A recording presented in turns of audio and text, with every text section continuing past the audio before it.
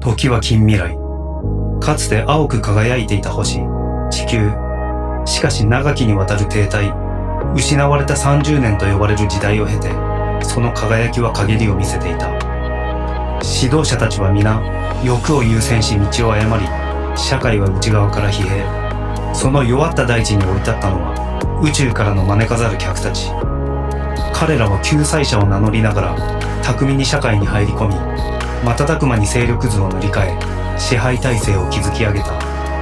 抵抗する者は容赦なく排除され、地球の資源は搾取され始めた。そして先住人類の無力化を終えると、今度は彼ら同士が新たな争いを始めた。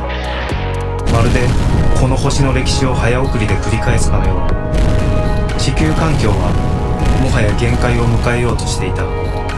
人類が生き延びるため、新たな故郷を探すことは、支配されるだけの未来から脱するための唯一の希望なのだ。幸いにも科学は、ケプラー 186F やトラピスト 1E など、地球に似た惑星が存在することを突き止めている。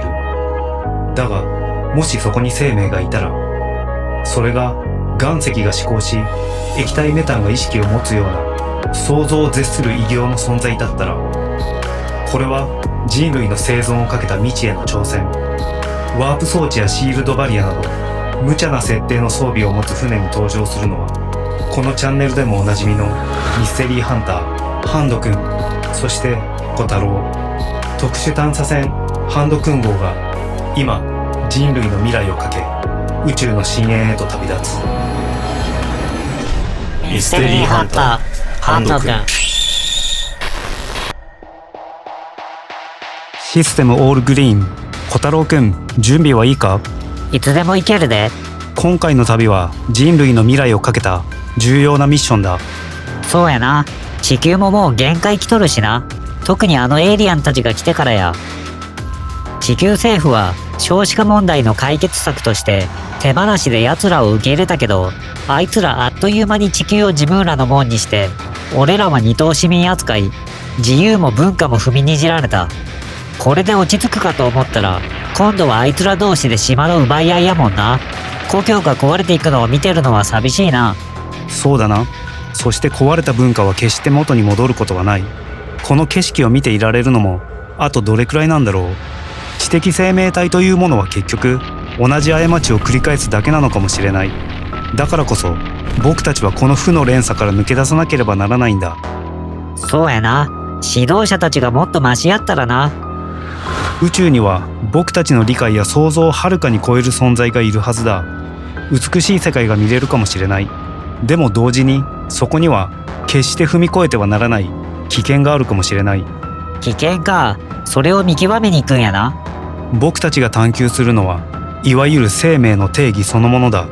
地球上の生命体は炭素と水でできてるのは知ってるだろう。当然や。でもその炭素と水ベースの生命体は宇宙全体で見ればむしろ珍しいのかもしれない。じゃあ俺らとは全く違う形をしてる生命体もいるんか？そう、異形の生命体ばかりかもしれない。そんなのが住む星に俺らは住めるんか？それをこの目で確かめに行く。灼熱の世界、極寒の海、あるいは惑星の地中深く、それぞれの環境で独自の進化を遂げた異形の存在に会いに行く。想像もできん。彼らには常識が全く通用しないかもしれない。怖なってきたな。人類が生き延びる道は本当に見つけられるんやろうか？じゃあ最初の目的地は想像を絶する高温の世界だ。最初の航路確定。ワープシーケンス開始。了解。灼熱のケイ素生命の星。ハンド君号が到着したのは恒星から極めて近い軌道を周回する灼熱の系外惑星ケルト 9b。 この惑星の表面温度は太陽の表面温度に匹敵する4000度を超える想像を絶する高温の世界である。我々地球の生命は炭素原子を骨格とし水を溶媒とするいわゆる炭素ベースの生命だ。しかしケルト 9b のような数千度にもなる灼熱の環境では水はすぐに蒸発し有機分子は燃え尽きてしまう。では、こんな過酷な環境では生命は絶対に存在しないのだろうか。科学者たちはケイ素を骨格とするケイ素生命体の可能性を提唱している。そして彼らの姿はどのようなものだろうか。巨大な結晶として存在、または高温下で動く流動体のような存在かもしれない。これがケルト 9B か。窓越しでもすごい熱気を感じる。ケイ素生命体、どんな感じなんやろうな。センサーが奇妙なエネルギーパターンを検知している。これまでの生命活動とは全く異なる反応だ。もしかしたら生命活動を示すシグナルかもしれない。もしかして話しかけてるんか？おーい、ケイ素生命体おるんか？って聞こえるわけないか。いや、今の呼びかけに反応があったようだ。このパターン、単純な反響ではないな。特定の周波数に反応しているようだ。小太郎くん、もう一度呼びかけてくれ。おーい、俺たちは遠くから来たんや。敵やないで。やはり反応がある。船の翻訳アルゴリズムを起動して彼らの情報伝達の基礎構造を解析する。意思疎通ができそうだ。よし、もう一度話しかけてくれ。おーい、聞こえるか？聞こえてるよ、さっきから。お、会話できるで。俺はケイ素くん。ケイ素系の生命体。体は岩石でできてる。すげえな、岩石が生きてる。お前ら炭素ベースの生き物か？珍しいな。でも気をつけろ。この世界ではお前らは異物であり排除されるべき対象だからな。俺の仲間が来たら排除されるぞ。排除？俺らは敵なんか？お前らはここでは生きていけない。もっとお前たちに合った環境の星を探した方がいい。仕方ない、行こ残念やな。う。まあ当然だよな。彼らも悪意があるわけじゃないだろう。自らの生化学的な構造と異なるものはシステムとして認識できないから、エラーとして排除処理しようとするのかもしれない。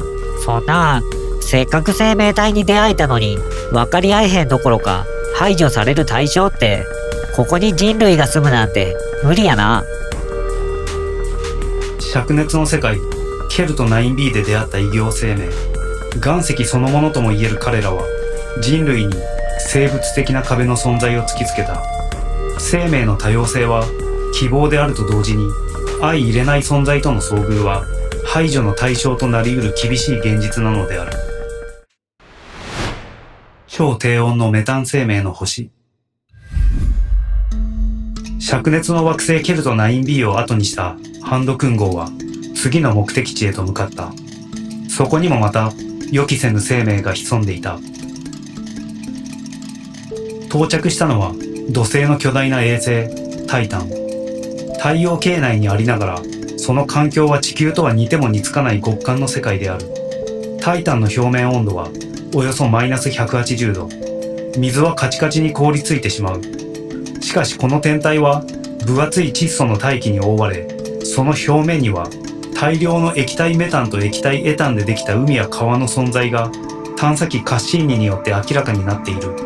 この液体メタンの海こそが超低温環境における生命の溶媒となる可能性がある。地球の生命が水を溶媒とするように、タイタンでは液体メタンがその役割を果たすというのだ。科学者たちはこの環境で考えられる生命体として、液体メタンの中で窒素や炭素、水素を利用して生命活動を行う巨大な泡のような、あるいは浮遊するコロニーのような姿をしていると想像している。これがタイタンか。地球の大気と全然違うな。外はマイナス180度やって凍え死にそうや。地球人の体はここでは一瞬で機能を停止するだろう。だがこの極寒の世界にこそ異形の生命が潜んでいる可能性がある。もう少し加工してより詳しく見てみようか。視界が開けてきた。下に見えるのは液体メタンの海だ。地球の海とは全然違うな。この海に生命がいるかもしれない。うわ、なんやあれ。泡や。でも動きが変や。あれがメタン生命体なんか？おそらくそうだ。船のセンサーが脳波に似たパターンを検知している。通訳機能で会話できそうだ。誰やお前ら。何？地球人だって？お前らここの生命体なんか？その通り。俺はメタン君。液体メタンベースの生命体だ。俺らともケイ素生命体とも全く違うんやな。当たり前だ。そうでなきゃこの極寒の世界では生きていけない。ところでお前ら気をつけろよ。俺らが呼吸で排出している物質はお前ら炭素ベースの生命にとっては極めて強力な毒素のはずだ。毒素？息が猛毒なんか？じゃあやっぱりここにも住めんのか。残念だったな。ここではお前たちは異物なんだ。もっとお前たちに合った環境の星を探した方がいいよ。チェ。超低温のタイタンで出会った泡状生命体。彼らの存在は生命が活動する環境そのものが異質な生命にとっては触れることすらできない死の世界であった。地球環境が悪化する中、新たな故郷を探す人類の旅は厳しく、そして危険な現実との遭遇であった。タイタン、寒かったし、泡の生命体が作る毒、恐ろしかったな。生命は想像もつかない環境に適応し、独自の進化を遂げる。だけどその適応の結果が僕たちにとって毒となる可能性は大いにある。俺らが住める星、本当にあるんやろか？まだわからないことだらけだけど、でも旅はまだ始まったばっかりだ。惑星内部生命の星。タイタンでの経験は我々に生命の多様性と居住の困難さをまざまざと見せつけた。しかし人類の新たな故郷を探す旅はまだ終わりではない。ハンドクン号はさらに異質な環境が広がる次の星へと向かう。到着したのは厚い地殻に覆われた巨大な岩石惑星。ここは生命が存在できるような環境ではなかった。しかし生命は必ずしも高性の光エネルギーを必要としない。地球の深海のように惑星内部からの熱や化学エネルギーを利用する生命体の存在が科学者によって提唱されている。この惑星の内部では高圧高温の環境下で硫化水素が豊富に生成されていた。今回は静かな星だな。まるで死の惑星や。こんなとこに生命体がおるんか？いや、生命は表面だけでなく惑星の内部にも潜んでいる可能性がある。地下か。でもどうやって調べるんや？掘るんか？直接掘るのは装備的に難しい。高精度重力センサーとニュートリノ探知機、それに深度スキャンを開始する。惑星内部の構造と化学反応のパターンを読み取るんだ。ハンドクン号のセンサーは地殻の奥深くへと光を送り込んだ。そこで観測されたのは自然現象だけでは説明のつかない複雑なエネルギーのパターンと、まるで生物的な活動を示唆するかのような地下深くに広がる巨大なネットワーク構造であった。うわ、なんや、揺れた。地震か？いや、この揺れは地殻変動じゃない。センサーに高エネルギー反応が急増している。地下からだ。もしかして生命体の仕業か？おそらく深度スキャンが彼らの生態系に干渉してしまったんだ。彼らが僕たちという異物に反応している。探査行為は眠っていた惑星内部の何かを刺激してしまった。センサーが捉えたのは想像を絶する規模の地下生命体の活動であった。彼らは我々に何かを伝えようとしているのか、あるいはエラーとして排除しようとしているのか。反応が強すぎる。シールドを最大展開しろ。了解。これは攻撃か？わからない。侵入者への攻撃なのかもしれないし、自己防衛反応なのかもしれない。このエネルギーレベルは僕たちにとっては非常に危険だ。うわ、なんか来たぞ。ハード君、撤退するで。もう少しだけデータを取らせてくれ。生命活動の根本原理がわかるかもしれない。そんなことより命が大事や。このパターン、彼らは硫化水素を利用して複雑な結晶構造を、これは情報を伝達しているのか？まるで膨大な計算を惑星全体で行っているような。計算？何の計算や？わからない。でも彼らの知性は想像をはるかに超えている。単なる岩石生命じゃない。この惑星内部全体が巨大な感覚器官であり、同時に巨大な思考体なんだ。星そのものが生命体？とにかく離脱するで。反応が収まった。助かった。何やったんや今の。わからない。でも確かなことはこの星には僕たちの想像をはるかに超える生命体がいる。そして彼らは僕たちを受け入れない。生命の多様性は単に姿形が違うだけじゃない。思考や情報伝達の方法、そして他者への反応の仕方まで全く異なる可能性がある。そしてその違いが俺ら人類の行く手を阻むんや。ここに住むなんて夢のまた夢ってことか。厚い地殻の下に潜む惑星内部生命。我々の探査に反応し、その存在の一端を垣間見せた彼らは理解不能な知性を持つ存在として人類の前に立ちはだかった。プロキシマ・ケンタウリ B。 ここまでに灼熱の世界、超低温の世界、そして惑星の内部、様々な異形の生命体とそれが人類に突きつける現実を目の当たりにしてきた。旅は困難を極めた。しかし宇宙にはまだ希望が残されていた。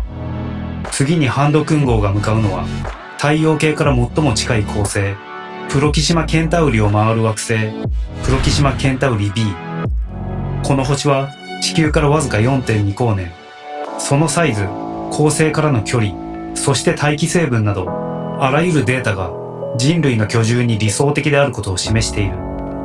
まさに人類が生き延びるための新たな故郷となりうるかもしれない希望の星である。ハンド君、これこそが探し求めてた星やないんか？美しい星だな。窓の外からでも地球と同じ生命の色を感じる。緑や青い海や、やっと見つけた。ここならきっと俺らと同じような生命体がおるはずやな。そうだな。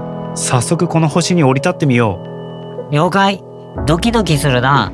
今度こそ分かり合えるんか？惑星の地表に降り立ったハンド君と小太郎。吹く風も大気の匂いも地球と驚くほど似ている。センサーデータも有害物質の存在を示していない。植物や小さな生物らしき姿も確認できる。まるで太古の地球にタイムスリップしたかのような希望に満ちた世界である。見てやハンド君、この木になってる実、リンゴや。おお、本当だ。色も形もそっくりだ。センサーで簡易分析してみよう。いや、大丈夫やろ。待て小太郎くん、まだ何が安全かわからない。なかなかいけるね。おいおい。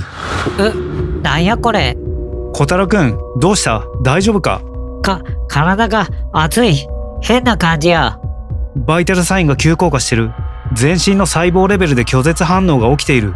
なんだこれは。突如、小太郎の体に異変が起きた。見た目は地球の果実と全く同じ物質が彼の体を内側から破壊しているのだ。原因はこの星の生命が持つ微細ながら決定的な違い、キラリティの壁であった。キラリティとは立体構造が鏡像と重ね合わさらない左右非対称の性質である。ちょうど右手と左手のようにお互いを回転、移動しても重ねられないイメージだ。地球の生命は分子の立体構造、つまりキラリティに依存して活動している。我々の体を作るアミノ酸や糖などは特定のキラリティを持つものしか利用できない。しかしこの星の生命は地球とは全く逆のキラリティを持つ分子で構成されていたのだった。見た目は同じでもその立体構造が鏡合わせ、つまり地球の生命にとっては栄養となる物質がここでは猛毒として作用するのだ。なぜだ？大気も温度も全てが適合してるのに。そうか、分子構造は同じでも立体構造が、キラリティが逆転しているんだ。そんな見た目は同じなのに。生命はこんな微細な部分でも相入れない存在になりうるのか。間に合った。船に積んであった解毒剤が効いたようだ。はあ、死ぬかと思ったわ。こんな綺麗な星やのに。見てみ、ハンド君。あの花、地球の花そっくりや。でも、もううかつに触れんな。僕たちの体がこの星の生命とは根本的に異なるシステムで成り立っている以上、仕方ないんだ。キラリティ、ほんのわずかな分子構造の違いなのにな。目と鼻の先に、こんな天国みたいな場所があるのに、手も足も出せんとは。この星の生き物たちを、俺らに合わせて作り変えることはできんのやろか。いや、今の、なんでもないわ。小太郎くん、もし僕たちにこの星の生態系を人間の都合のいいように書き換えられる力があったとしたら、君はそれを使うべきだと思うか？いや、それはあかんと思う。そんなことしたら、この星の生き物たちはどうなるんや。それは俺らが地球でエイリアンたちにされたことと同じことや。そうだな。僕たちは新たな故郷を探しに来た。新たな犠牲者を生み出しに来たんじゃないんだ。でも僕の心も同じで、人類の生存という現実的な問題と倫理的な正しさの間で揺れてる。生存とは残酷だな。